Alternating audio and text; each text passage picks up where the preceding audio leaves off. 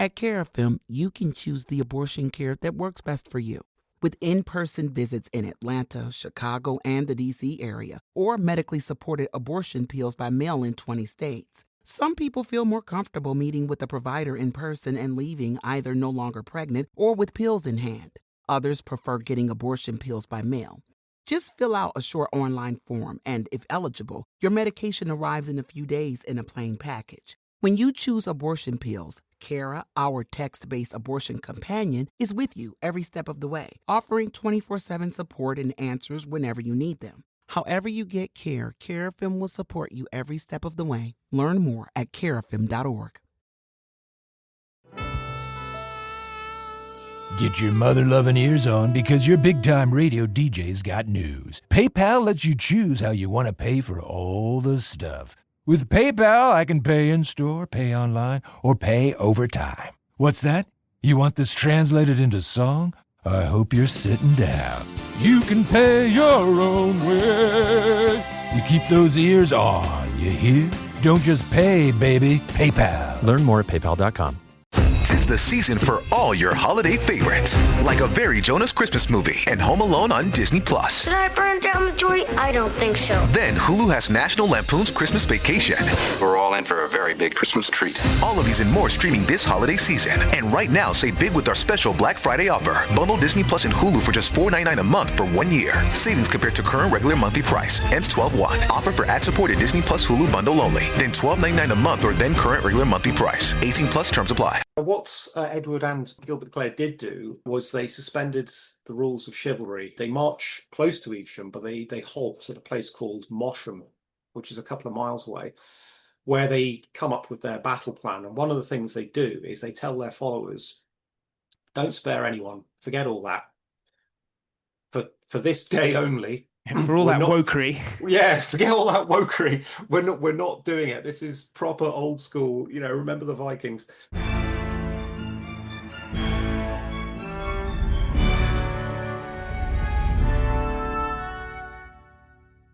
Hello. On the 4th of August 1265, Henry III's army, led by his son Edward, met Simon de Montfort, Earl of Leicester, and his rebels at Evesham. Henry himself had earlier been captured by Simon, and so perhaps that motivated Edward and his followers to exact a terrible revenge. In a brutal battle, the majority of Montfortians were wiped out. Edward was victorious, and so Simon de Montfort's rebellion was over. Or was it?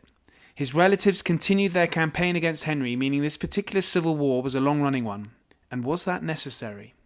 Joining today is David Pilling, author of Rebellion Against Henry III, as he joins to discuss Henry III, his son Edward, Simon de Montfort, and this particularly brutal English civil war.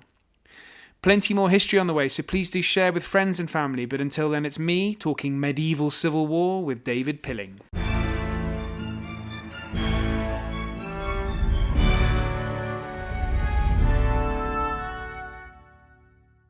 David, great pleasure to have you back on the podcast. Thanks so much for joining me. Thank you for having me.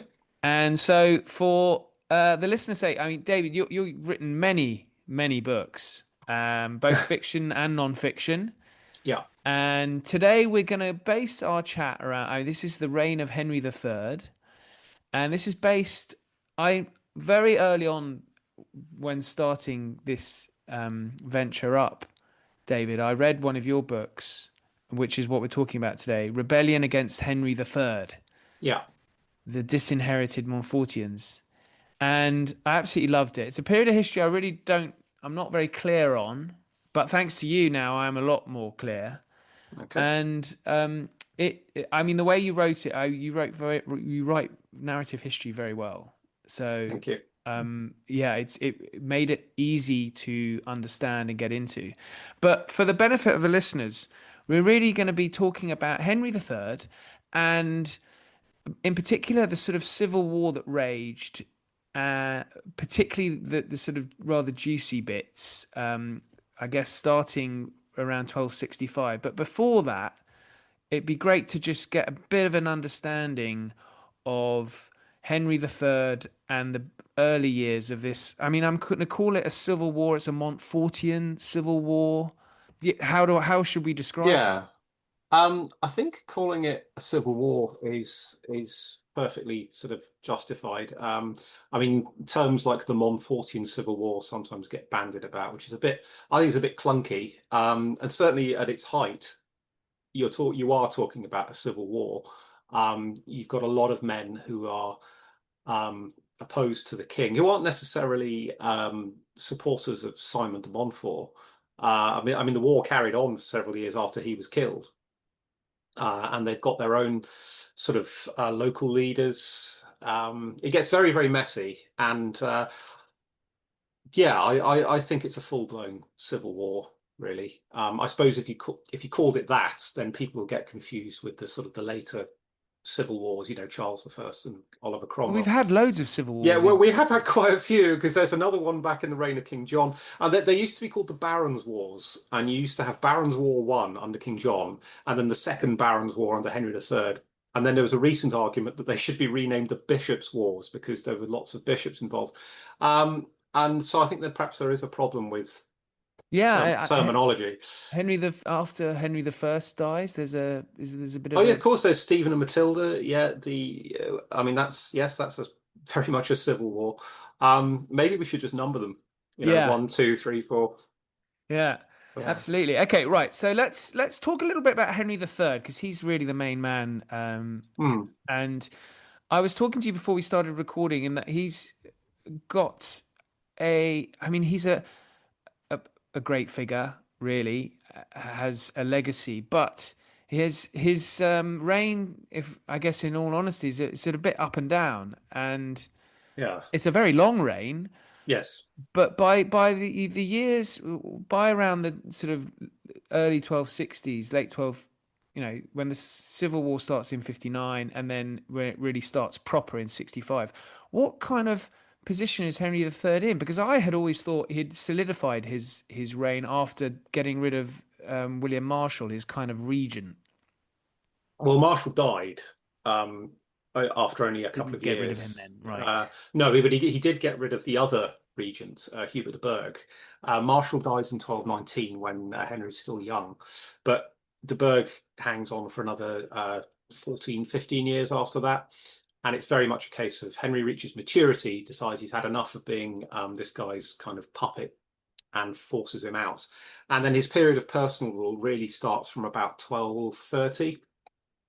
And to be fair to Henry, he does have a sort of purple patch in the middle of this very long reign where he's very much in charge, and he does have some successes.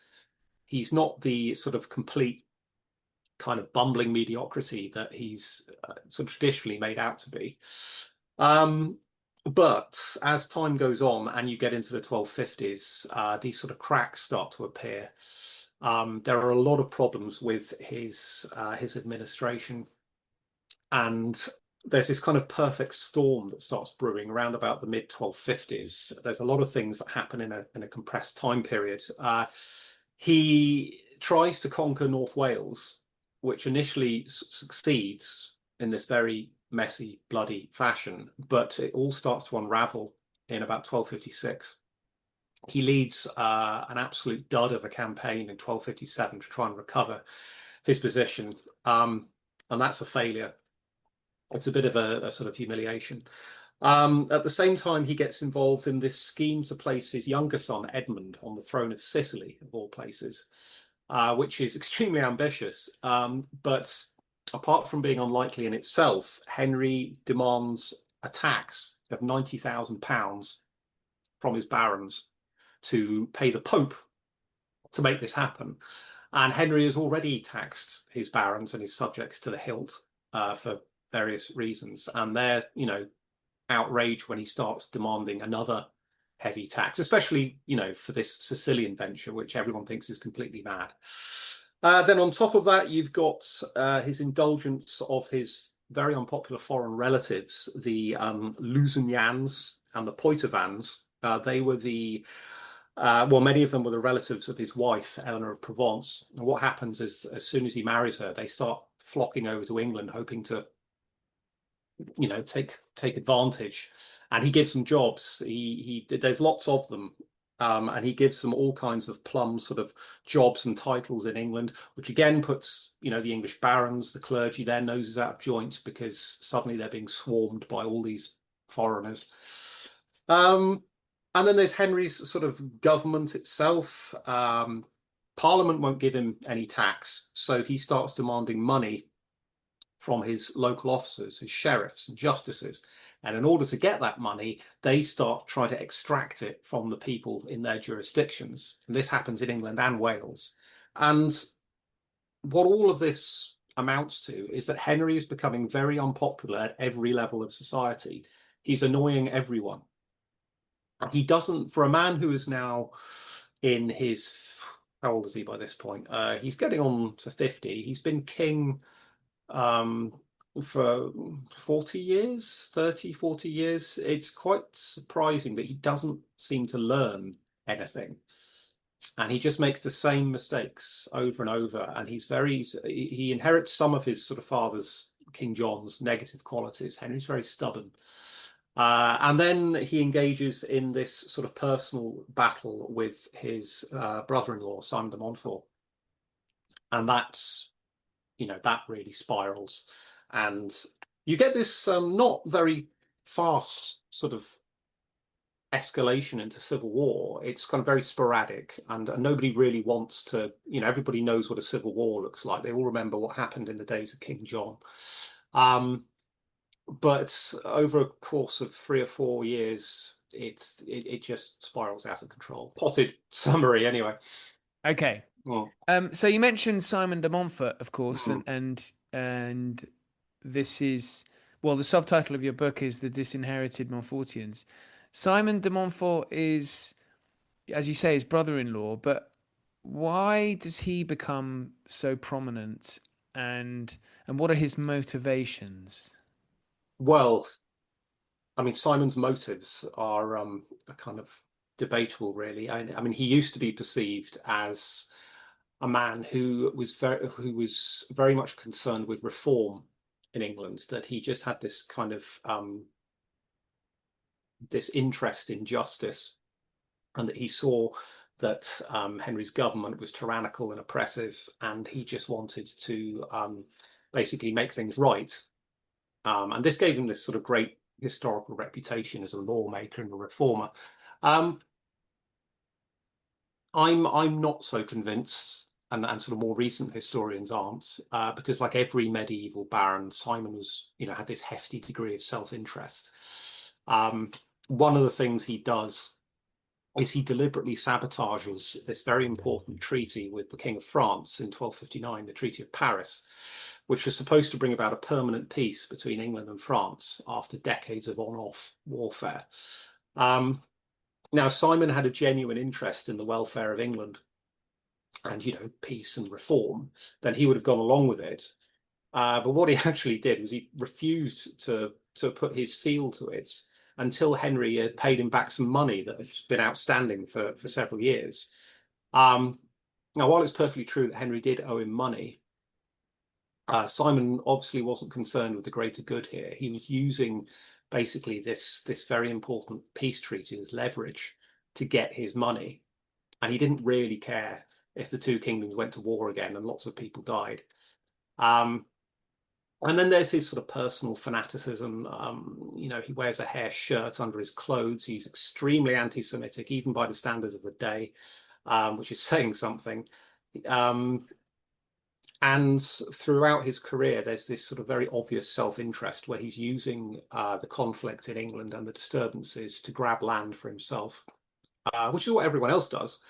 But, nobody else gets held up as a kind of model of democracy and reform. So, yeah, I think he's an ambivalent figure, Simon. I think there's, at best, there's this sort of mixture of self-interest and maybe a desire to sort of reform Henry's corrupted administration, but they're kind of, half and half. At Carafem, you can choose the abortion care that works best for you. With in-person visits in Atlanta, Chicago, and the D.C. area, or medically supported abortion pills by mail in 20 states, Some people feel more comfortable meeting with a provider in person and leaving either no longer pregnant or with pills in hand. Others prefer getting abortion pills by mail. Just fill out a short online form, and if eligible, your medication arrives in a few days in a plain package. When you choose abortion pills, Cara, our text-based abortion companion, is with you every step of the way, offering 24/7 support and answers whenever you need them. However you get care, Carafem will support you every step of the way. Learn more at carafem.org. Yeah, because of course he's got a great reputation. There's universities named after him. Yes, yeah, and I And think there's a great big plaque to him in is it the White House? He's sort of one of these figures of in profile. He's one of these figures of the founders of democracy.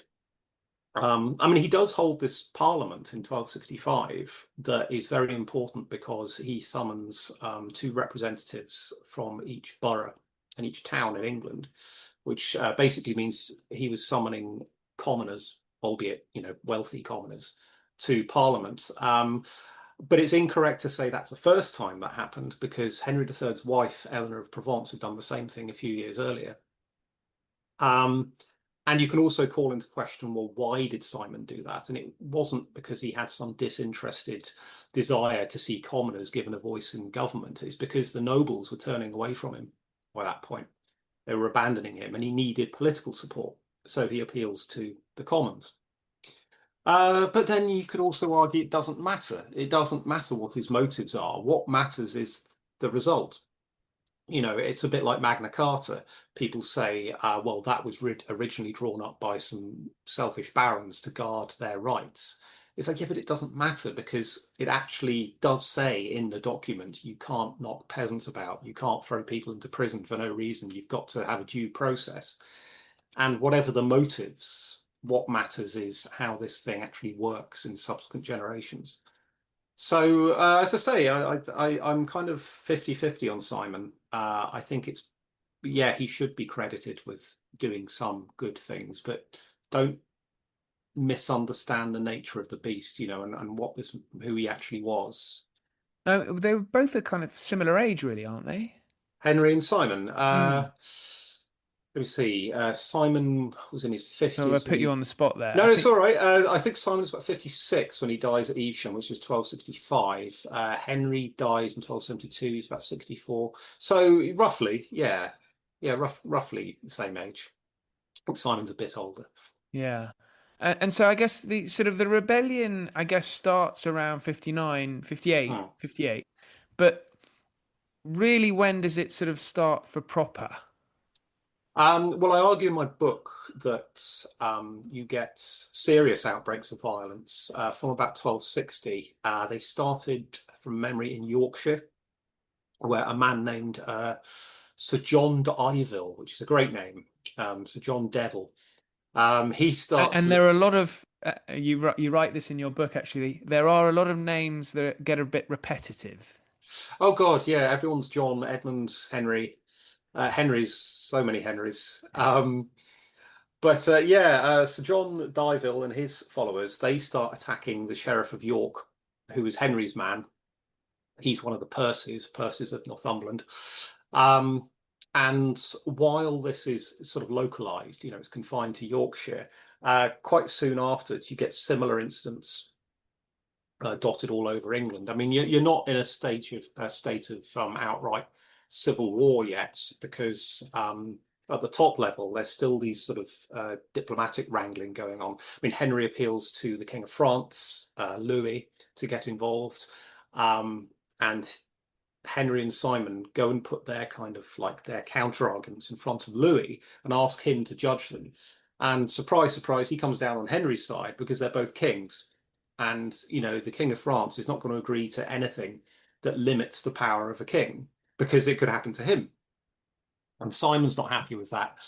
And then, as I say, it spirals from there, and you get this slow sort of escalation into civil war. And you get to 1260, late 1263, and then into the spring of 1264. By that point, you're talking about full-blown Like you have got, the king and his barons, Simon and his barons on one side, and you have got what is, to all intents and purposes, a civil war. At this stage, Henry is, as we've just mentioned, he's getting on a bit. He's not sort of participating in fighting too much, is he? I mean, he's present on battlefields, isn't he? But he doesn't really get stuck in, unlike his brother, his son. Henry surprisingly does the Battle of Lewes, where he's captured. He is beaten up quite badly. He has 2 horses killed under him, and he's knocked about by swords and maces. I don't think anyone's trying to kill him, because the idea is it's like chess. The idea is you catch the king, you take him prisoner. You don't actually want to kill him. But he's in the thick of it there, and that battle is key as the Civil War develops into a more serious. Well, the Battle of Lewes is definitely, I think that's a turning point, because there was a battle before it, the Battle of Northampton.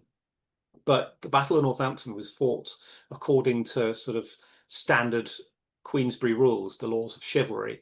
Not many people are killed, or at least not many knights anyway. I think one old knight was killed, but lots of prisoners taken.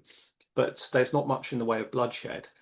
Battle of Lewes is where it starts to get nasty. In terms of Henry fighting, he gets involved at Lewes, and then a bit later on in Lincolnshire, because there's this revolts all over the place, and he goes in person to deal with another revolt at the Isle of Ely in Lincolnshire, and he seems to have this rush of blood to the head where he just loses his temper and gets stuck into this fight with some rebels near a swamp, which he doesn't need to do. Nobody's expecting Henry, he's 58 by this point, to get involved, but he does, and he's sort of swinging his sword. I think he's just lost it by that point. And I sort of, you can imagine his knights dragging him away, going, "It's not worth it, Your Majesty, leave it." But he does get involved on occasion, to be fair. He's not got a reputation as being like a sort of warlike king, unlike, someone like Edward I. But he didn't just sort of hide at the back. And these battles, I mean, Lewis is, and as you say, the kind of the rules of chivalry. What you would traditionally do is take barons prisoner and then charge a ransom to release them. What happens at Northampton is the town is held by Simon de Montfort's son, Simon Jr. And Henry and his army, they storm the town. And Simon himself, Simon Jr., is captured, and he's actually dragged out and thrown at Edward's feet. But he's spared. He's sort of picked up and dusted down, and most of his knights are taken prisoner. And then there's afterwards, there's these wonderful transactions where people are discussing how much they're going to pay. Like who's going to have a ransom, how much are you going to pay for your ransom? Because it all depended who you were, where you were on the social scale. A knight was worth a lot less than a baron, but it's all relatively civilized. I mean, there'd been a certain amount of violence, but all the knights were covered in armor, and it wasn't particularly nasty. As I said, one elderly knight gets killed, and it's only because he refused to surrender. And eventually they sort of lost patience and just sort of knocked him on the head. But everyone else surrenders because it's understood that we'll be okay. We can just buy our way out of this, because this is how chivalric warfare works. And to be fair, there's not much evidence that there's a slaughter of the common soldiers either. They're kind of just turned loose. It's like get lost. So the Battle of Northampton's an interesting one because it's virtually bloodless. It's very much, as I say, Queensberry rules. But then you get Lewes, where things get a bit nastier. And then you get Evesham, which is very, very nasty, and where the normal sort of rules are suspended. So what causes the change between Northampton? I guess it's a steady grading up of increasing. I get more, the stakes get higher. But what is it about that goes from Northampton to Lewes that causes this? There are a lot of losses in, I think the Crown, the Army of the Crown, they lose thousands, don't they? It's Lewes or Lewes. Evesham. They lose a lot of infantry, and I mean the losses among the barons are still relatively light, but it's worse than Northampton. Several a number of men are killed. Some of the Marcher barons suffered losses. One of them, Fulk Fitzwarren, was drowned. The king himself was taken prisoner, and then several of his knights were very badly wounded, could easily have died. One of them, the justiciar, Philip Bassett, he's actually wounded 57 times. It's like, how did he not bleed to death? And what happens at Lewes is it's obviously a defeat for Henry. He and Edward are captured. And it's a humiliation for the king and for the royal family, but also for their supporters, because Simon's army was much smaller, and by rights he should have lost. And it's really Edward who makes a mess of it and should have won the battle, but he doesn't. And in the aftermath, Henry's supporters they suffer. They're kind of pushed out of power. Simon doesn't treat them particularly well. And there's just kind of the atmosphere, the political atmosphere curdles, it sours. You're into this weird situation where Henry is still the king, but he's Simon's prisoner, and he's being dragged about and forced to put his seal to all of these orders that Simon is issuing, because there's not a constitution, but the system works in that the king gives the orders. He's the head of state. As long as he's alive, he's got to be seen to be the one who's giving the orders. In fact, but of course, it's Simon who's really doing it, but he can't. So he's got to get Henry to do it. So you get all this very strange period where all of these orders are issuing from the Chancery, in which Simon's enemies, including Edward, are being described as traitors and oath breakers and terrible people, and the king wants to capture and kill them, which sounds like Henry wants to kill his own son, but it's actually Simon making Henry do this. He is just Simon's mouthpiece at this point. And I think that is seen as shocking as much as anything else, that the king should be used in such a way. And it's one of the reasons why nobles start to fall away from Simon. They start having grave doubts about what he's really up to. And then, of course, Edward escapes, doesn't he? Yes, he does. He escapes from Hereford with the help of his friends, Thomas de Clare, his brother Gilbert. They are the most powerful of the Marcher barons on the Welsh March. Oh, now that's your part of the world, isn't it? Yeah, it is. Yeah. And one of the things Simon fails to do is to keep the Marchers on his side. People like the Clares, Roger Mortimer, the Boons, all of these people who aren't happy for a number of reasons. One of them being that Simon had allied with the Prince of Wales, Llywelyn, who was an enemy of the Marchers. That they don't want to be Simon's friend. And they formed the bulk of the army at Evesham that wipes him out. I mean, the Battle of Evesham is really quite nasty, very well described by you. This is where, well, Edward is the leader of I guess, Henry's forces, even though Henry remains a prisoner of war until this battle. But Edward comes across in your book as he seems to absolutely love fighting. Yeah, Edward is a violent, very much loves, a bit of the old ultra violence. He's from his sort of teenage 16, 17 onwards, he's almost begging to get involved in tournaments. And I think apart from his own sort of natural tendencies, I think that's a reaction to how his father is perceived. Because Henry is never, although he fights a few wars, he's never really perceived as a war leader.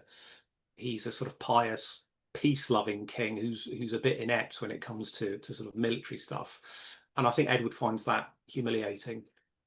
And he witnesses his father's sort of, disasters and embarrassments. And I think he wants to present himself more like his great uncle, Richard the Lionheart. He wants to live up to that tradition and be a sort of war leader. And yeah, he absolutely, he seems to have been addicted to violence. I mean, eventually the Pope had to tell him to stop fighting in tournaments because it was dangerous. And he was the heir to the throne. And, you have to sort of think about your personal safety. And it's really a miracle that he kind of, he survived his youth, really, because he's badly injured on several occasions. And is it the fact that his father had been captured and treated this way that basically meant that at Evesham the gloves were off and So because Simon, I'm kind of dancing around it here, but Simon de Montfort is killed in the battle and treated in a pretty unsavory fashion once dead. Yeah, there is some kind of uncertainty as to who is actually responsible because, and I've sort of done a bit more research since writing this book, and there's some kind of interesting remarks in contemporary chronicles which suggest that Edward might not actually have been in complete control of what happened at Evesham. One French chronicle, which was written up at the time, actually says that he wanted to spare Simon because he was his godfather, but he was overruled by Gilbert de Clare and Roger Mortimer, who had a more kind of arguably vested interest in seeing like Simon was killed. And several other chroniclers, they credit Gilbert de Clare, the Earl of Gloucester, with actually leading the army. So it's kind of uncertain as to what Edward's attitude actually is. I think there's a lot of hindsight because when you look at Edward's subsequent career, you know, he conquers Wales, he hammers the Scots. It's perceived that, oh, he's always this hard-driving warlord and he just slaughters his enemies. I don't think it's as straightforward as that. Certainly before he becomes king, there's these other very powerful personalities around him. And it may well be that he didn't actually want to kill Simon. But there was the question of, well, what do you do with him? Because no earl had been executed in England, Simon as the Earl of Leicester, since 1076, you know, hundreds of years ago. You can't hardly keep him in prison forever. It's sort of ridiculous. Equally, though, he's guilty of treason. He's used the king in the most sort of appalling, unlawful manner. So really, it's best to just kill him. Whether it was necessary to mutilate him and all the terrible things that's done to him on the battlefield, that seems to have been done, though, by the men who actually kill him. There's a man named, I think his name is William Maltravers, who is not one of these very important, he's just a knight, but Simon had taken away his manor and given it to someone else.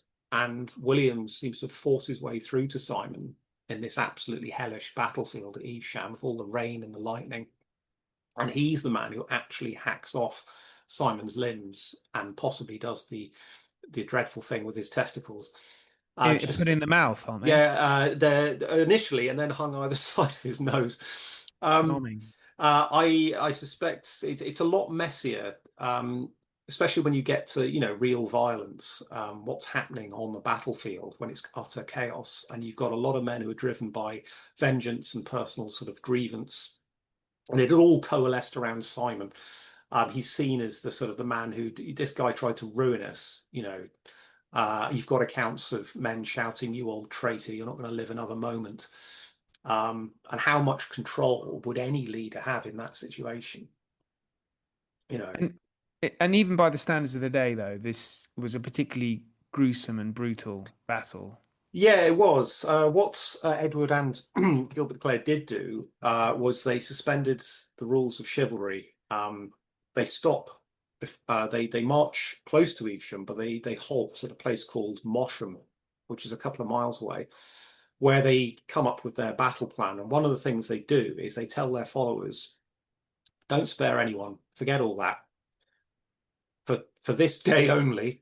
For all that wokery. Yeah, forget all that wokery. We're not doing it. This is proper old school, you know, remember the Vikings. This is what we're going to do. And then they pick out 12 of their best, like their biggest guys, and they put together this death squad led by Roger Mortimer, and he's given orders, get through to Simon.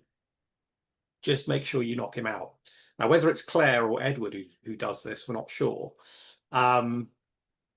And you know, the actual death of Simon on the battlefield, it strikes me as a bit like JFK. Who got to him first? Because some accounts say Mortimer ran him through with a lance, but then you have this Maltravers character hacking off his limbs. I think it was a bit like Richard III. You've got this absolute scrum of men all shoving each other to get at Simon and just kill him and just tear him to pieces, which is, you know, obviously tragic. It should never have come to that. You know, if you dislike Simon or are ambivalent about him, that's no way to die. And it shouldn't have come to that. You know, it's that there was no need for it, really. Yeah, they could have gone down the old traditional route of hostage taking, and Yeah, is that what you mean? yeah. I just think that it all springs from this kind of personal rivalry between Simon and Henry. And for a long time, Simon was this very prominent figure at the English court. Um, and you have to wonder, how does this man go from he arrives in England as a sort of penniless, like, French nobleman, and then he catches Henry's eye. He's obviously very competent, given all sorts of useful jobs to do. He's seneschal of Gascony at one point, and he's given the title Earl of Leicester. He marries the king's sister. This is a guy who's obviously, climbing his way up the ladder, and then he ends up being butchered on the battlefield in the middle of a thunderstorm. Um, and you just think, well, how did you manage that? Um, and to be killed and then mutilated in such a way, which was totally unconventional, and arguably kind of triggers this new political violence in England, because from this time onward, really, things do start to get nastier and nastier when it comes to sort of political executions and how, kings dispose of their enemies. But after this, so one would imagine that with the loss of the figurehead, Mm. that's kind of it for the Montfortians. But that's not the case at all, is it? They carry on the Yeah, fight. yeah. Yeah, that's right. And that's kind of really why I wrote my book, because it focuses on the period after Evesham. Um, and it does get passed over a little bit. Evesham, understandably, is sometimes seen as the full stop. This is where the war ended and the rebels all got wiped out. But they didn't. There were still lots of disgruntled barons and knights in England. It should have been the end of it, and it was meant to be. They didn't sort of go to these lengths for no reason. The idea was to wipe out Simon and his sort of lieutenants, his friends, and that would put an end to it. But Henry, in his wisdom, having survived this very sort of narrow scrape, he and his advisors decide the best thing they can do to sort of, bring about peace and heal the scars of civil war is to disinherit every surviving Montfortian, as well as a lot of men who had never supported him in the first place.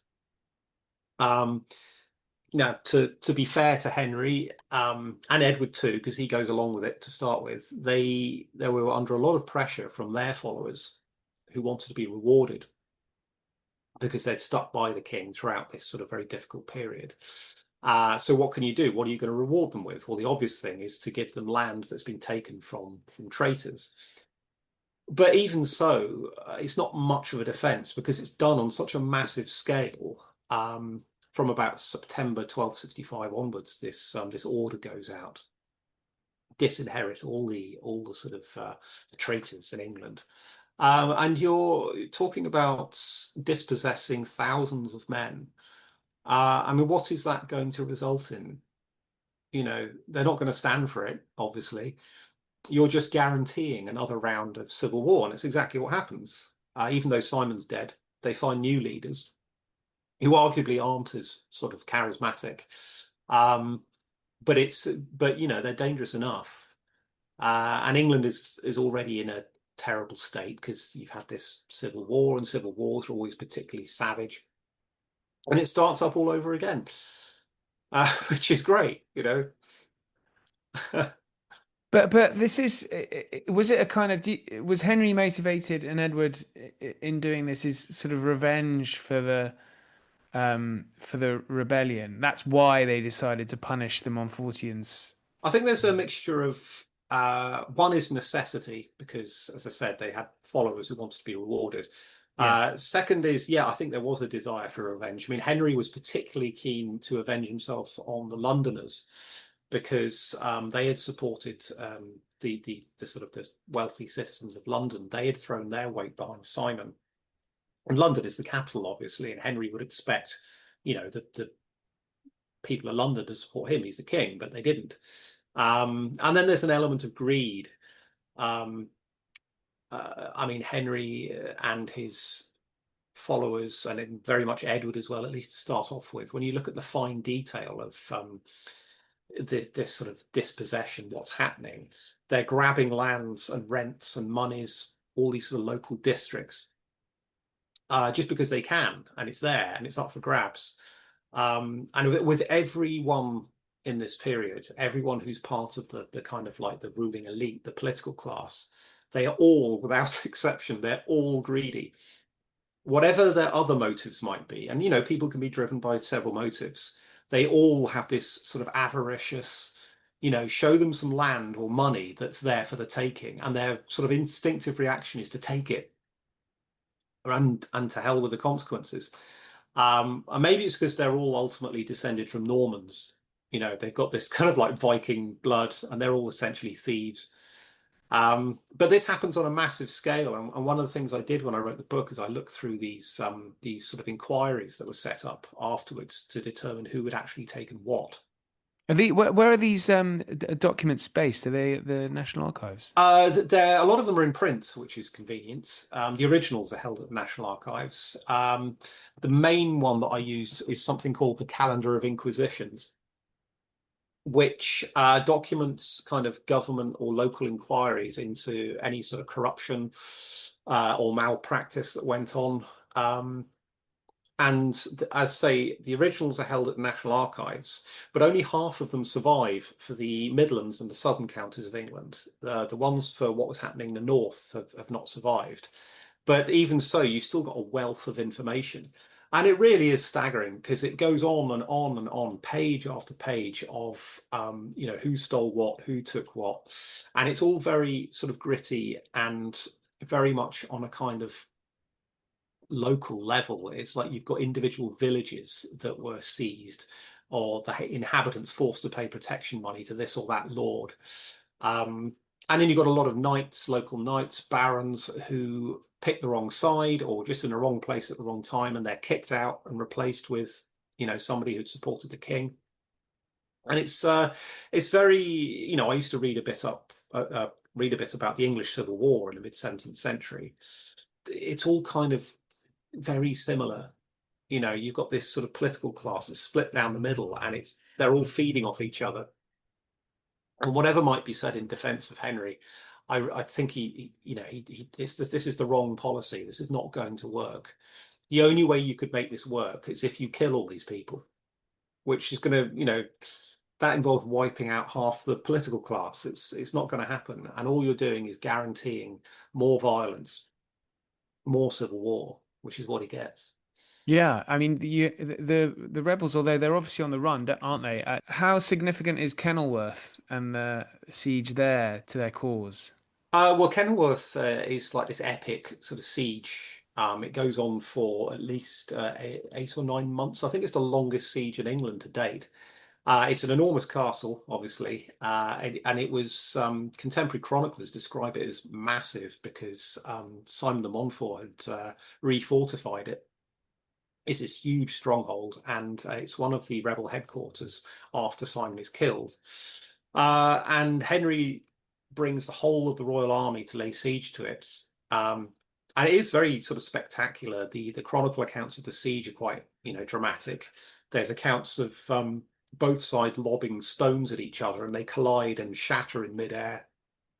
And it goes on for months and months.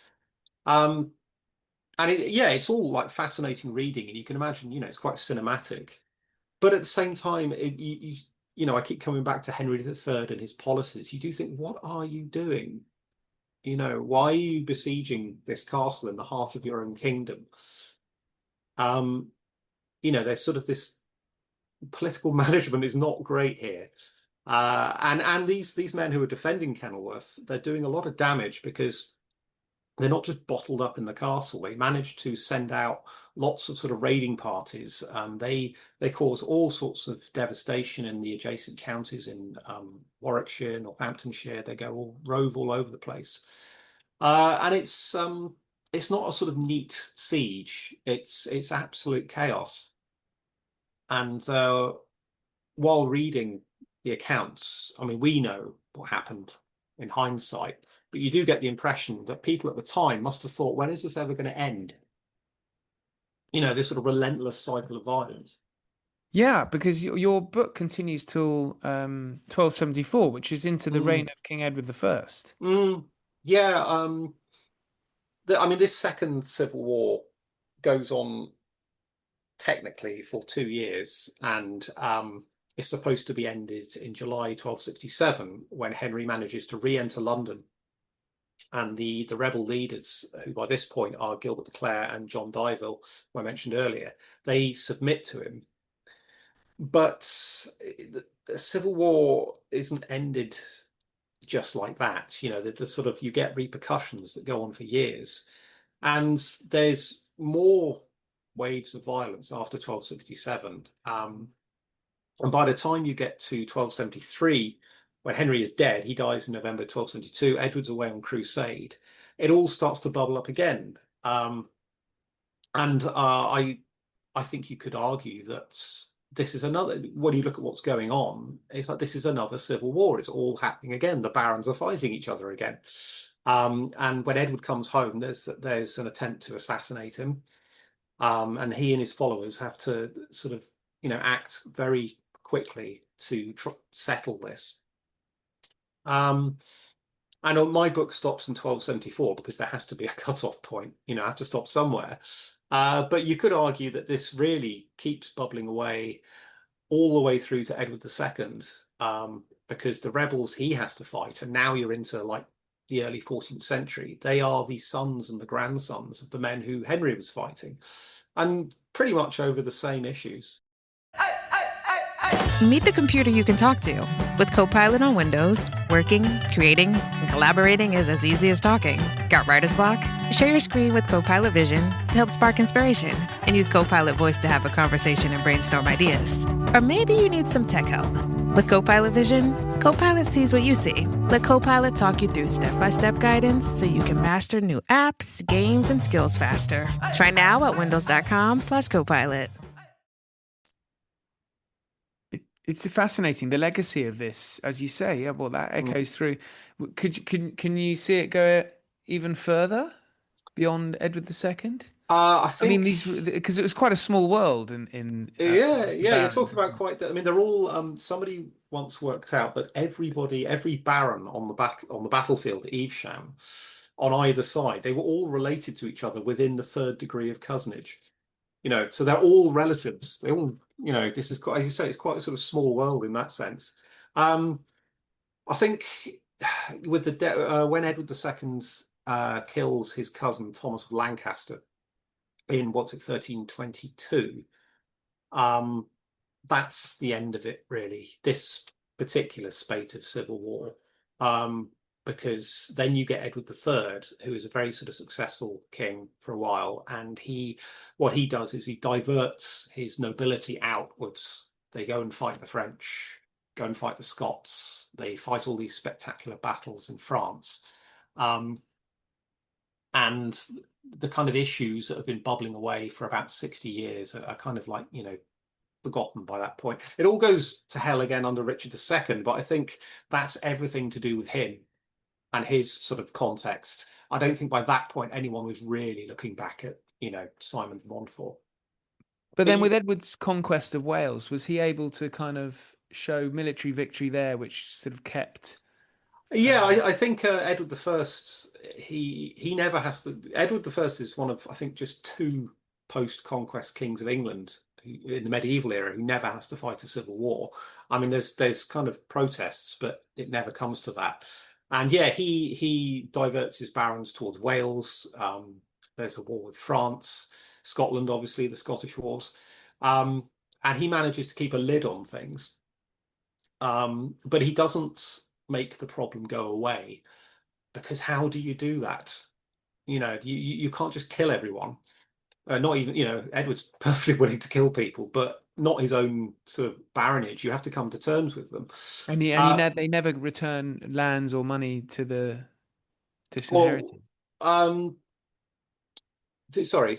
Do they return lands or any anything back to the disinherited, or do they just remain disinherited? No. They there's this big settlement called the Dictum of Kenilworth, which is where Henry comes up with this compromise whereby he allows the disinherited to have their lands back, but on a sliding scale of redemption fees. So depending on your scale of your offence, how big a traitor you were, and your kind of like your wealth, how much you can afford, they're allowed to buy back their lands. So yeah, there's that. So if your surname is de Montfort, you probably aren't getting much back. No, the Montforts are pretty much, yeah, they're excluded from this. Simon Jr. Is one of the rebel leaders after Evesham, but he's basically kicked out of England. He's made to go away. Him and his brothers, they are told to go back to France, which is where they came from originally, and just don't come back. Edward says, none of you are allowed back to England again. You know, you're not having your lands back here. The Earldom of Leicester goes to, I think it's Edward's brother, Edmund. And then you get people like Robert the Ferrers, the Earl of Derby, who was one of the rebel leaders after Evesham. He was given a chance of redemption, but he blew it and decided to go back into rebellion anyway. And so he was beyond the pale as well. He wasn't allowed to redeem his lands. And he was completely disinherited. And his lands were given to the king's younger son, Edmund. But by and large, people who were a bit further down, they were allowed to buy their lands back. But this is after, you know, another civil war. So Henry's been forced into this compromise, and I would argue he doesn't really, you know, I don't want to slam Henry too much. It sounds like I've got a beef against him or something, but I don't think he really wins the civil war. He realizes that he's got to compromise. He's got to conciliate these men because he can't defeat them. I mean, he loses London at one point. You know, they take London from him. He's lost his capital, and he can only get it back through negotiation. And it's, you know, it's not a great look for any king, really. No, I suppose, you know, his sort of military victories outside of England are what have sort of salvaged his reputation in that regard. Henry III. Edward the First. Oh, sorry, I was talking Oh, about right. Henry. Oh, right. Henry. I'll scratch that bit. But so Henry III, as his reign is over, he dies in 72. Is that 1272? Yeah. How should we look at Henry III today? Well, as you said, he reigned for a very long time. And I mean, David Carpenter, who's like the authority on Henry III, has written two of these, like two mighty tomes on Henry's reign, which he had to divide into two parts because it's so complicated. And then there's another author, Darren Baker, who argues that Henry is an underrated great king. I don't believe in great kings personally. I prefer not to use that sort of language. I think there are things to be said in favour of Henry, and one of which is that he survives and he dies in his bed in his 60s, which is an achievement for any medieval king. You know, that's got to count for something. And he, you know, he did have his kind of successes and his ups, mainly in the sort of the middle part of the reign. But personally, I don't think he survived due to his own efforts. You know, he was rescued at Evesham by Edward and the Marchers, and he makes lots of bad decisions. You know, he's his own worst enemy a lot of the time. He fails to control his nobility, which is, you know, one of the main things a medieval king has got to do. And the last, you know, depending on how you perceive this civil war, you know, when does it actually start?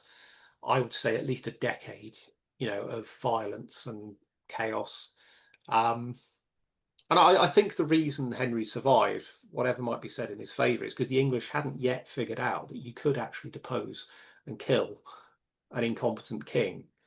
Because prior to Henry, they hadn't actually done that, not even King John.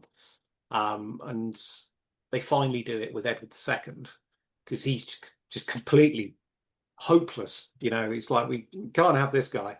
And it very nearly happens to Henry. And you can kind of see why. I mean, it's a very interesting period. There's lots of detail, but I don't think you can really frame Henry as a, you know, some kind of underrated great king. I think it's a bit doing him too many favors. Well, David, this has been fantastic. Thank you. So I'll put links in the show notes for Great. Rebellion against Henry III. Thank you. And I mean, it's just a fantastic story. It really is. And it's a great story, whatever else it might be. Yeah. Absolutely. Well, thanks for joining. No problem. Thank you very much.